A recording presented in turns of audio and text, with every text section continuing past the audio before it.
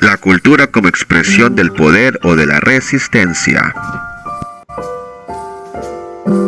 La cultura de la violencia como expresión de la hegemonía de la cultura occidental en el mundo.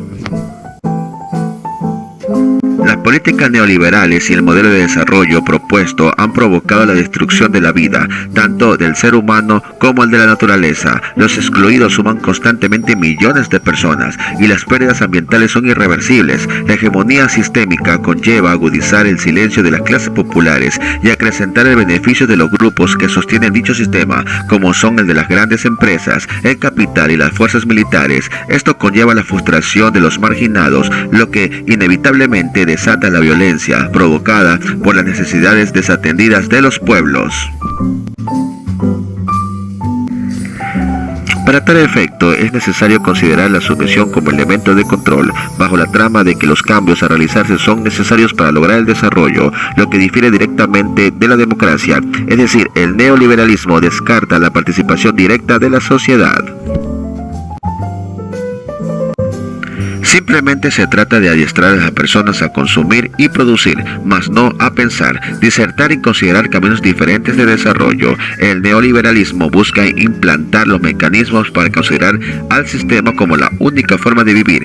Quien entra en él garantiza su existencia, quien sale de él está condenado a la muerte, lo que denota que está produciendo una involución, debido a que el neoliberalismo no es compatible con la democracia, según Rebellato 2014. Mediante sus prácticas se van introduciendo en la sociedad nuevos valores que orientan los comportamientos de las personas. Según Habermas 2014, el sistema necesita anclarse en el mundo de la vida cotidiana para poder integrarlas y neutralizarlas, teniendo a los demás como sus adversarios, a quienes debe vencer para lograr escalar hacia sus objetivos, lo que inevitablemente desencadena la competencia como inicio de la violencia dentro de un sistema excluyente, pues quien mira a los demás como amenazas puede avanzar. Esto desencadena en la paranoia, es decir, locura humana.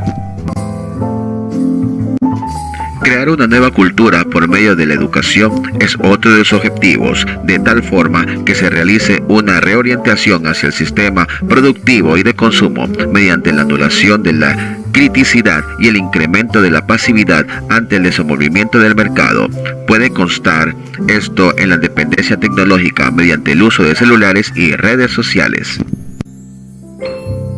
Con ello se produce una aceptación total del modelo como única forma de vida, pues la idea es que no existe otra manera de vivir en el planeta, según los defensores del neoliberalismo globalizante, queriendo inclusive neutralizar el potencial autónomo que tienen los estudiantes y los docentes.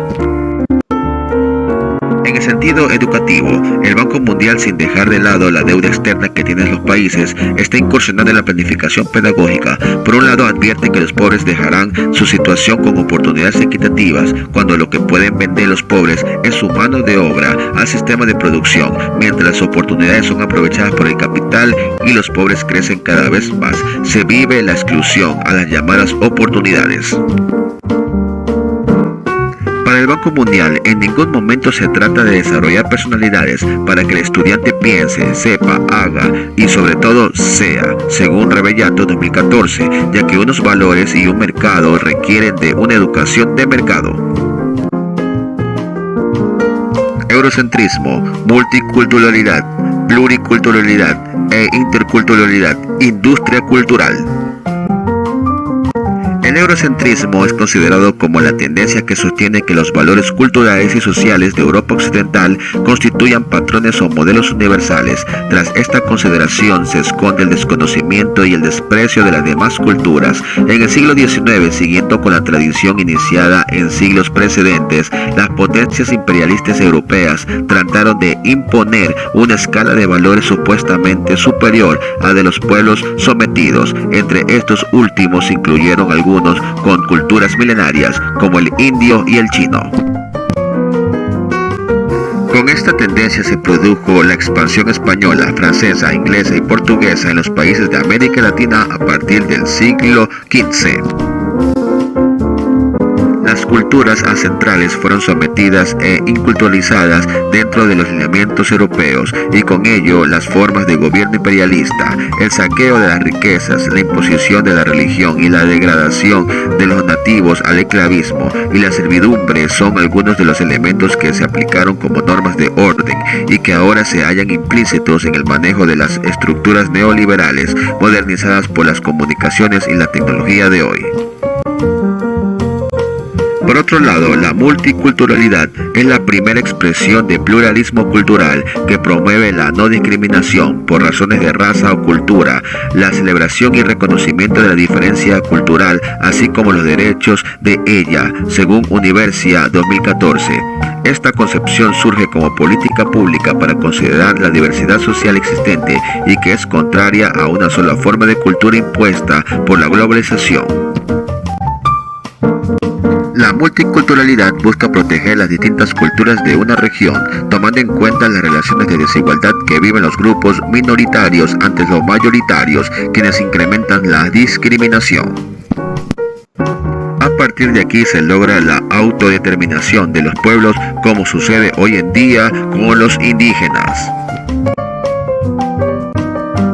Cuando hablamos de pluriculturalidad, nos referimos a la variedad de culturas que se encuentran en un país o región, haciendo alusión a la ubicación geográfica donde conviven diversos grupos humanos que mantienen diferentes costumbres y tradiciones desarrolladas por varias etnias. La pluriculturalidad permite alcanzar varios beneficios, ya que al encontrarse varias culturas dentro de una región, los conocimientos se multiplican y se comparten dependiendo del grado de cooperación que exista entre dichos grupos. Por ello, la convivencia pacífica es de vital importancia. Si una zona mantiene conflictos que altere las relaciones de la pluriculturalidad, se desvanece. En el proceso globalizante, la humanidad va adquiriendo nuevos patrones de comportamiento que son adquiridos por medio de la comunicación y la tecnología y que pueden contribuir de manera positiva si existe el respeto. Por ende, los estados y gobiernos han de proteger mediante políticas de multiculturalidad y pluriculturalidad de sus pueblos, especialmente de los grupos minoritarios. La práctica de los derechos humanos implica realizar el esfuerzo necesario en torno a la interculturalidad de los pueblos. Mediante este proceso, los pueblos indígenas y afroecuatorianos son protegidos implementando el uso de las políticas públicas a través del Plan Nacional del Buen Vivir.